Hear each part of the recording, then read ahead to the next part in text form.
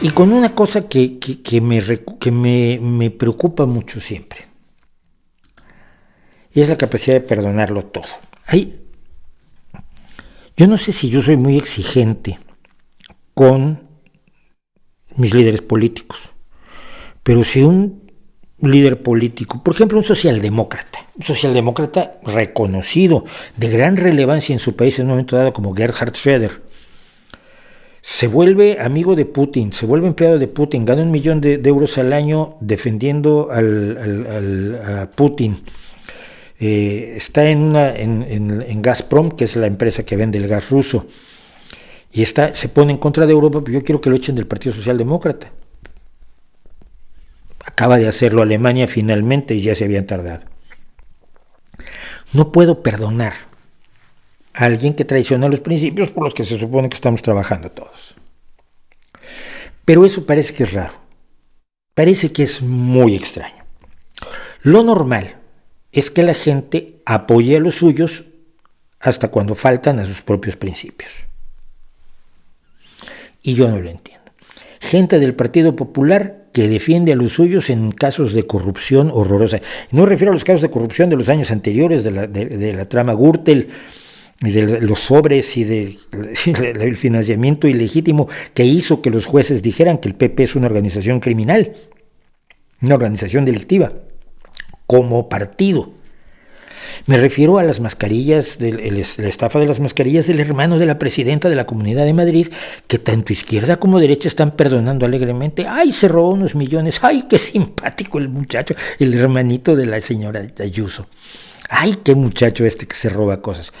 Claro, pero cuando el hermano de un ministro del PSOE de los años 76 al 78, me parece, no, del 86, por ahí, no me acuerdo de cuándo, el hermano de Guerra cometió fraude fiscal. Hay gente que me lo recuerda todavía. Pero ustedes en el Partido Socialista estaba el hermano de Guerra y le dieron un despacho desde el cual cometió una serie de atrocidades. Ya, y acabó en la cárcel por ellas, y qué bueno, pillo Pues no lo defiendo, pero el PP defiende a su gente. Bueno, pues hay un señor en México que se llama Andrés Manuel López Obrador, que trabaja de presidente.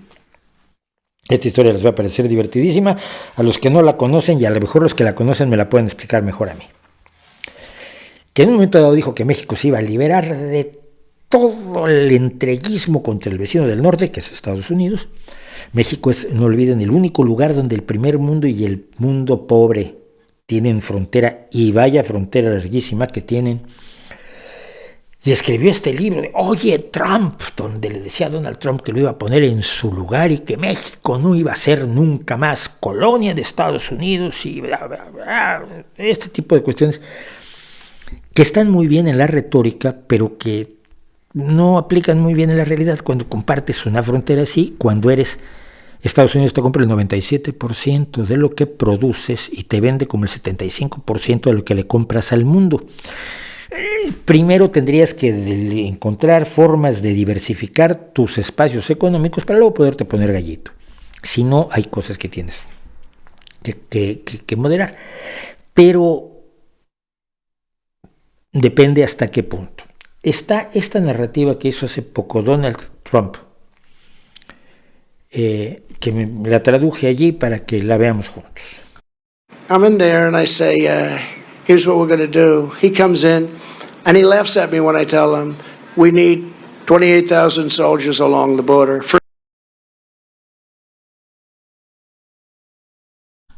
Perdón, y vuelvo a empezar. Esto es referido a la visita que hizo López Obrador a Donald Trump a Estados Unidos, a Washington, hace unos años. Va de nuevo. I'm in there and I say, here's what we're going to do. He comes in and he laughs at me when I tell him we need 28,000 soldiers along the border, free. He looks at me like, free? Why would we do that? We need something called stay in Mexico. That means nobody can come into our country until we check them out, and it could take months and months and months. And he said, we wouldn't do that. Why would we? And the other things were even worse. No sé, and I said to the State Department, watch, They said, we would never even consider doing that, and I'm ordering you to stop asking for it. A ver, es muy difícil que el presidente de México, que cualquier persona le diga, te ordeno que dejes de decirlo. Estamos hablando de Donald Trump, ¿ok? Y es un señor que exagera la realidad siempre, sobre todo para que su imagen quede incólume. Pero la acusación, independientemente de los humos que se esté dando, como siempre, Donald Trump, la acusación que sigue es gravísima. I'm the President of the United States. You can no longer order me. But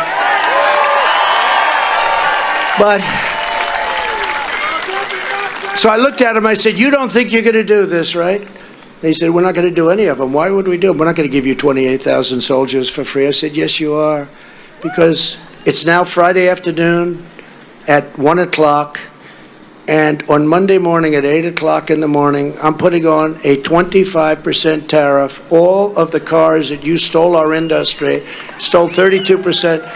Every car that comes into the United States is going to have a tax or tariff of 25%.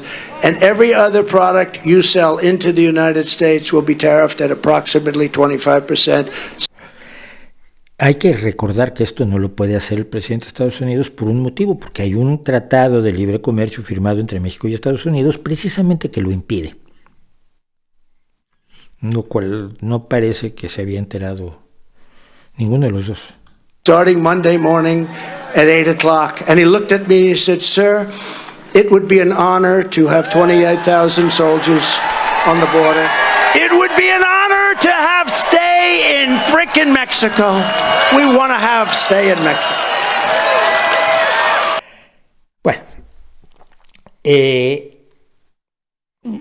la cuestión no sería tan grave a no ser porque por ese tiempo López Obrador creó la Guardia Nacional y cerró la frontera y empezó a perseguir a los inmigrantes, sobre todo a los inmigrantes de Centroamérica, que usan México como puente y que han sufrido lo indecible, han sido atacados por las policías, por el ejército, por depredadores y delincuentes de todo tipo, porque esa gente además, para su desgracia, viaja a pie y en condiciones lamentables, pero viaja con dinero para poderles pagar a los coyotes que les cruzan la frontera hacia Estados Unidos. Entonces cada uno trae $500, $1,000, $2,000 para pagarse la mejor forma de cruzar a Estados Unidos. A veces han pedido el dinero prestado en Honduras, en Costa Rica, en El Salvador, en Guatemala, y lo van a pagar con lo que vayan buenamente a ganar en Estados Unidos. Es una situación terrible.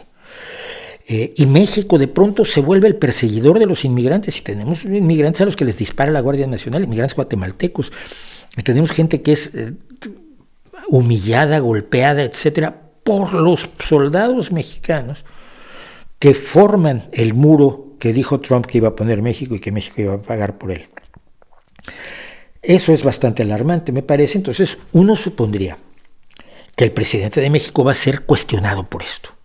Y uno supondría que la gente del presidente de México, que son enemigos de los Estados Unidos, que son anti-yanquis, que son enemigos del imperialismo, que son gente de izquierda, de la que se cree radical, se conviertan de pronto en la izquierda aguacate que combina con todo y se callen y acepten esto como explicación. A mí me cae bien el presidente Trump. Es el mismo de Luis Trump. Capitalista. Lo cierto es que nos entendimos y fue bueno para las dos naciones. No, él es así y hay que ver las circunstancias. No voy yo a polemizar sobre eso. No vamos a permitir a ningún partido de los dos de Estados Unidos, ni a ningún candidato que utilicen a México como piñata.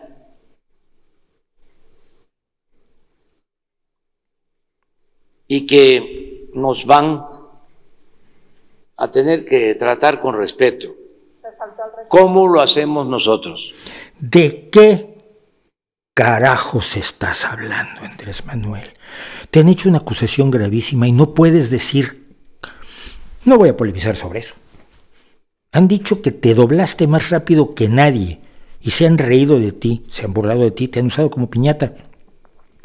¿Y sales con eso? A mí me huele a culpabilidad. Pero olvide usted de que a mí me huele a culpabilidad. ¿No es alarmante, enormemente alarmante, que toda esa gente a su alrededor se dé por satisfecha con esto? ¿Se dé por satisfecha con esto? No me hagan eso. Lo hemos visto cuando yo relato, cuento historias de personajes como Gandhi, que tienen una realidad más allá de su persona pública bastante cuestionable. Y gente que me dice, bueno, es que todo el mundo comete errores. Oye, no dejar morir a tu mujer no es un error, no es una pequeña falla de personalidad o de carácter moral que podemos tener todos. Es gravísimo. No, sí, es que Gandhi era maravilloso. Oye, pero era racista. Sí, pero todos eran racistas, estoy de acuerdo, pero entonces ¿por qué luego decía que él creía que todos los hombres eran iguales? ¿Por qué les pidió a los judíos que se entregaran al cuchillo del verdugo y se dejaran matar por Hitler? ¿Y por qué le pidió a Inglaterra que se entregara a Hitler y que les abriera las puertas y les regalara sus casas y se dejaran matar los británicos? ¿Qué es eso? Ay, no, tú lo que pasa es que no quieres a Gandhi. Este tipo de capacidad de muchas personas para perdonarlo absolutamente todo en los suyos, a mí me derrota, me deja absolutamente helado. Me hace perder muchas veces la esperanza en que sean los principios y la moral lo que rija.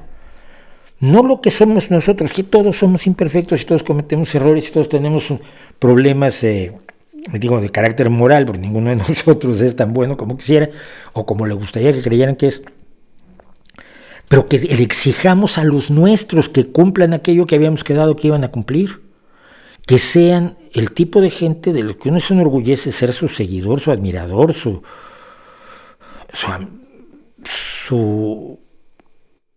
defensor, no, de jugar en su equipo. Si tú puedes jugar en el equipo de alguien que es imperfecto, no te queda de otra. Nadie va a ser perfecto, lo he explicado muchas veces con respecto a los candidatos a los que elegimos.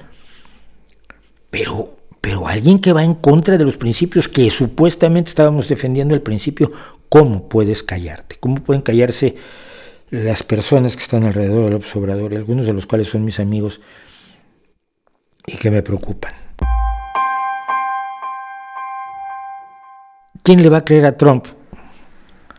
Quien observe que México creó el muro para impedir que los inmigrantes entraran, que México ha creado campos de refugiados en la frontera donde están esperando poder pasar miles y miles y miles de inmigrantes que han pedido su ingreso a los Estados Unidos y que están esperando en territorio mexicano y siendo víctimas además de todo tipo de explotación y horror, y que están siendo perseguidos y golpeados y a veces asesinados por las fuerzas mexicanas. Esos son los que le creen a Trump. No los detalles de lo que hizo ni las palabras exactas, porque como dijimos, se da bombo. Pero es un hecho que presionó a México para que México lo hiciera. México lo hizo y ahora el presidente no lo quiere reconocer. Es una cobardía infinita.